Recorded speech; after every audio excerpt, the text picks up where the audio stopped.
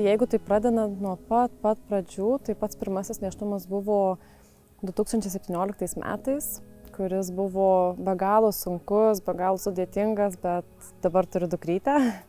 Tai tas buvo vienintelis nėštumas, kurį pavyko išsaugoti. Vėliau ėjo sekantys nėštumai, tai jie nutrūkdavo labai anksti. Pagal organizmą, pagal tyrimus buvo 9 nėštumai.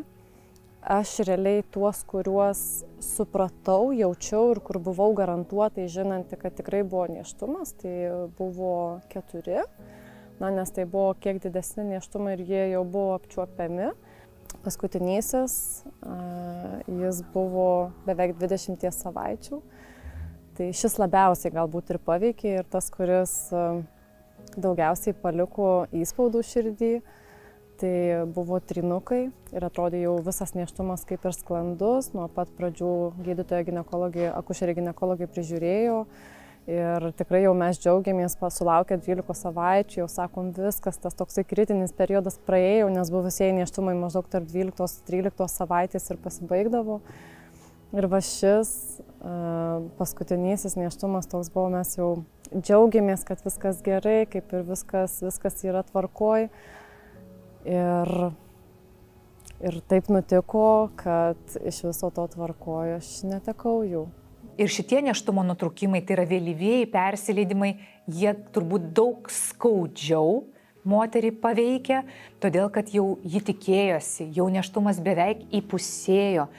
Kartais ji jau ir judesius jautė iki to, kai, tarkim, nutekėjo vandenys. Ir mūsų misija vėlgi yra nelengva, nes mes turim pasakyti, kad jeigu jums štai nutekėjo vandenukai, nėra kito kelio, kaip užsiūti. Nėra kito kelio, kaip sustabdyti, dėja, bet dėl to, kad didėja rizika jums gimdos infekcijos, jums sepsio ir tikimybės netekti tos gimdos, kai yra vandenys nutekėję ir praplyšusi ta vandenų puslytė. Net ir tai, kad vaikutis dar gyvas, reikia nutraukti tą nėštumą, gelbstint jūs ir jūsų gimdą, nes tas vaikutis neturi jokių šansų iki 22 savaičių išgyventi. Galbūt visuomenėje atrodo, kad skausmas mažesnis, nes mažiau matėsi. Mažiau lieka priminimų, ar ne, mažiau kūno pokyčių, mažiau daiktų namuose bylojančių, bet mūsų viduje tai vietos tam žmogui nėra mažiau. Tai tiesiog yra mano vaiko netektis, kurio niekas niekada nesugrąžins, kuris buvo per trumpai su manim. Viskas naktį prasidėjo, nes prabudau naktį ir buvo jausmas, kad kažkas karšto, kažkas juda būtent tarp kojų. Ir žinoma, tada gimė vienas iš tų vaikučių, tada po maždaug pusės valandos kitas ir maždaug po dar keletos minučių ir trečiasis iškeliavo. Ir jie visi 3 buvo lovoje. Jie judėjo, nes judesius jaučiau nuo labai anksti, nuo 13 nėštumo savaitės. Paskambinau į greitąją, greitojoje man pasakė, kad nevyks pas mus į namus, dėl to, nes buvo mano 8. saviizoliacijos diena. Aš jau žinojau ir supratau, kas vyksta, aš mačiau judančius vaikus ir aš žinojau, kad jie tikrai neišgyvens. Ir žinojau, kaip medicinoje jie yra vadinami. Aš negaliu jų vadinti abortu, nes tai yra mano vaikai, jie judėjo, jie gyvi buvo. Ir jie buvo gyvi ilgiau negu po 1 valandą.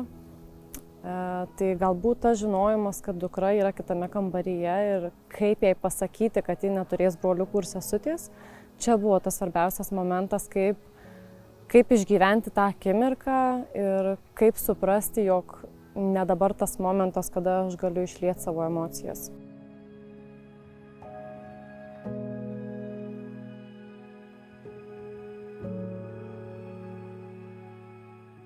Teisiškai šitame etape poros turi parašyti pačios prašymą, norėdamas atsiimti vaiko kūnelį, nes įprastai šitas kūnelis yra vis tik lieka ligoninėje ir yra, kad ir kaip baisiai skambėtų ar ne, utilizuojamas su organais, su kitais audiniais. Ir žinau, kad būna baisu, bet kelio atgal po to nėra. Tai kartais šeimų labai skausmingam taške klausiu, ar jūs tikrai apsisprendę, nes galimybė yra. atsimti kūnelį, kad ir koks jis mažytis bebūtų, kad ir kaip jisai gąsdinančiai atrodytų, pasimti, palaidoti, kremuoti, tiesiog turėti vietą, kurią galima aplankyti, tiesiog žinoti, kad mes kaip tėvai pasirūpinom savo vaikų taip, kaip galėjom. Yra labai klaidingas manimas, kad tie vaikai atrodo labai baisiai.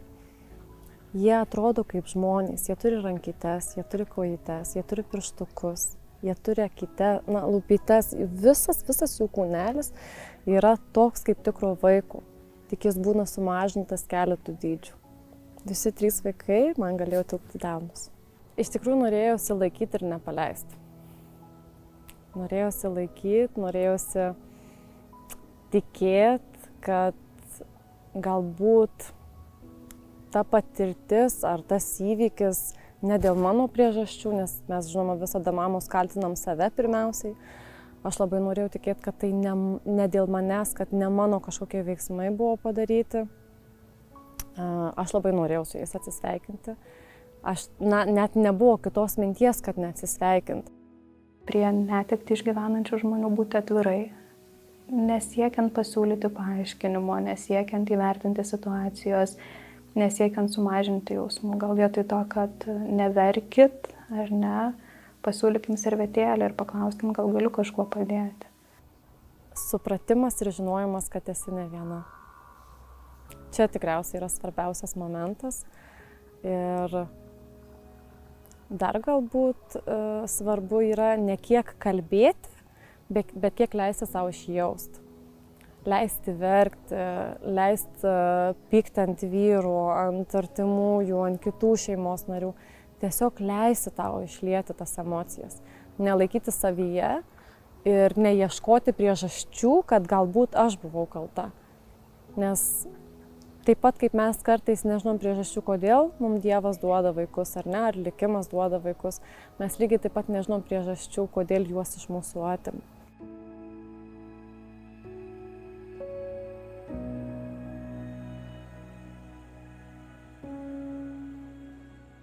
Vaiko netektis, jinai iš tikrųjų egzistenciškai sudaužo daug žmonių. O kaip vyrui jaustis, kad jo vaikas iškeliavo amžinybę? Kaip mamai, kaip jūs sakote, jaustis, kad jinai neužtikrino, kad tas vaikas saugiai gimtų? Labai yra svarbu, kad mes iš tikrųjų gebėtume ir mokėtume išreikšti emocijas. Ir pyktis yra labai gera emocija, nes tai yra duota žmogui. Žmogus yra tas, kuris gali patirti pyktį. Ir reikia jį patirti. Pyktis nėra neapykanta, pyktis nėra kerštas, pyktis nėra brutalumas. Pyktis yra natūrali į labai sudėtingą situaciją patekusio žmogaus pozicija, laikysena, jausena, išgyvenimas. Pasaulio nekaltinau. Aš kaltinau visada save, galvojau, kad aš kažką darau, kažkoks mano veiksmas yra netinkamas, jeigu aš negaliu išsaugoti tos gyvybės. Aš visada laikiau tą kaltę širdyje, laikiau tą kaltę viduje ir man netgi būdavo, pavyzdžiui, sunku prieš vyrą pripažinti arba jam pasakyti, kad mes netekom, nes pasakydavau, kad aš netekau ir galbūt tas aš būdavo dėl to, kad galvodavau, jog tai yra mano kaltė. Tai iš tikrųjų aš paleidau tik tada, kai man daktarai užgarantavo ir patvirtino priežastį, kodėl aš jų netekau. Ir tai buvo visiškai ne nuo manęs priklausantis dalykas. Man buvo diagnozuota galvos smegenų vėžys ir būtent jis ir buvo to priežastis.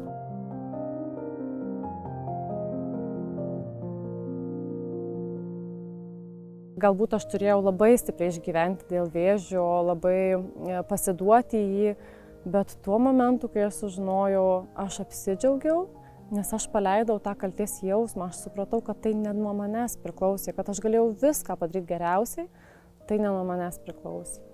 Jie man suteikė jausmą ir jie man suteikė galimybę būti mama. Daugiavaikė galbūt galima pasakyti mama. Ir jie man suteikė jausmą, kad vis dėlto jie ne veltui atėjo į mano gyvenimą. Ir jie tikriausiai ne veltui išėjo.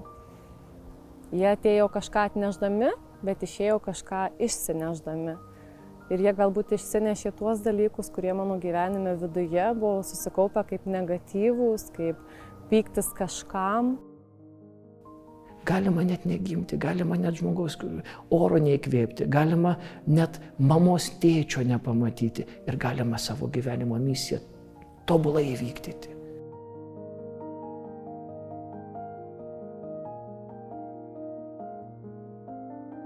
Nesinori tos dienos išbraukti tikrai iš gyvenimo. Kad ir kokia jinai buvo skaudi, bet tai yra patirtis, tai yra tam tikra pamoka. Ir aš netgi nebejoju, kad jeigu mes nepatirtume tokių skaudžių dalykų, mes nežinotume, kas yra gerumas ir kas yra laimė. Ir mes su vyru iš tikrųjų kalbamės nuolatos, kad jeigu taip nutiks, kad iš tikrųjų mes įveiksim tą ligą, nebejotinai mes norim šeimą didinti. Tikrai nepaleidžiu tos svajonės ir minties turėti didelę šeimą.